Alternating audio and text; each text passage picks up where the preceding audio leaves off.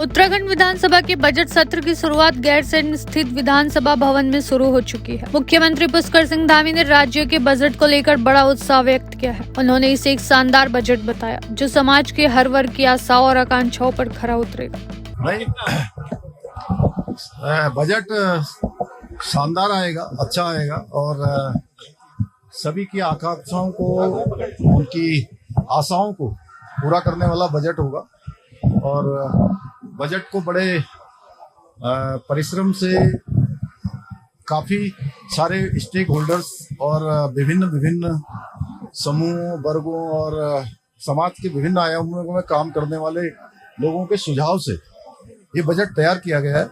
इसलिए इसमें सभी वर्गों के लिए प्रावधान किया गया है। बाकी अभी 3 बजे बजट प्रस्तुत होगा तो आप सबके सामने आ जाएगा, अच्छा होगा। अवधि की कहीं कोई समस्या नहीं है। आपने देखा होगा पिछला सेशन भी यहाँ हुआ था। उस सेशन में विपक्ष को हम लोगों ने चर्चा के लिए आमंत्रित किया था और हमारा तो ये है कि भाई आप चर्चा करिए, जितना यहाँ बिजनेस होगा, क्योंकि सरकार के संसाधन लगते हैं, जनता का पैसा लगता है, तो एक मिनट यहाँ का अमूल्य है। हम चर्चा करने के लिए तैयार है। चर्चा करें, जितनी चर्चा होगी उतनी चर्चा करी जाएगी, उसमें कहीं कोई कटौती की जरूरत नहीं। सत्र शुरू होते ही उत्तराखंड क्रांति दल यूकेडी के कार्यकर्ता गैरसैंण को स्थायी राजधानी बनाने की मांग को लेकर सड़कों पर उतर आए और विधानसभा परिसर की ओर कूच करते हुए जोरदार नारेबाजी भी की। तो वहीं दूसरी तरफ कांग्रेस के विधायक विधानसभा की सीढ़ियों में बैठकर विरोध प्रदर्शन करते नजर आए। नहीं चलेगी, अपनी पीठ थपथपाने वाली ये सरकार नहीं चलेगी। बजट सत्र की अवधि बढ़ाओ,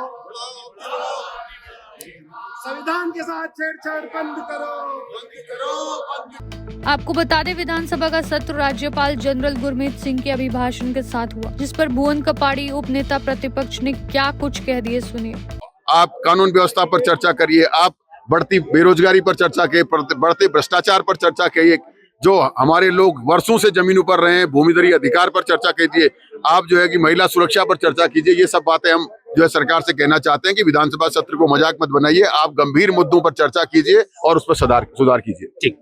वहीं कांग्रेस विधायक अनुपमा रावत ने कई गंभीर सवाल उठाते हुए कहा कि कई सारे ज्वलंत मुद्दे हैं जिन्हें विपक्ष सदन में उठाना चाहता है, लेकिन सरकार ने सत्र की अवधि बहुत कम रखी है। देखिए, जिस प्रकार से सत्र चल रहा है, लगातार हम देख रहे हैं कि राज्य सरकार सवालों से बच रही है। नियमावली के हिसाब से विधानसभा की कम से कम साल में 60 दिन चलना चाहिए, लेकिन इन्होंने 4 साल में मात्र 32 दिन चलाया है। तमाम मुद्दे होते हैं, तमाम ज्वलंत कार्य होते हैं जो क्षेत्र के हम अपने विधानसभा के पटल में रखने का प्रयास करते हैं, लेकिन जब समय ही नहीं मिलता तो क्या कर सकते हमारे। और जिस प्रकार से प्रदेश में बदहाली है, कानून व्यवस्था पूरी तरीके से ध्वस्त हो चुका है। महिला सुरक्षा में हम इतना महिला उत्पीड़न हो रहा है कि उसके कोई हद नहीं है। अंकिता भंडारी आज भी न्याय के लिए जो है बहन की आत्मा भटक रही है और तमाम ऐसे मुद्दे हैं जिनको लेकर हम आए हैं।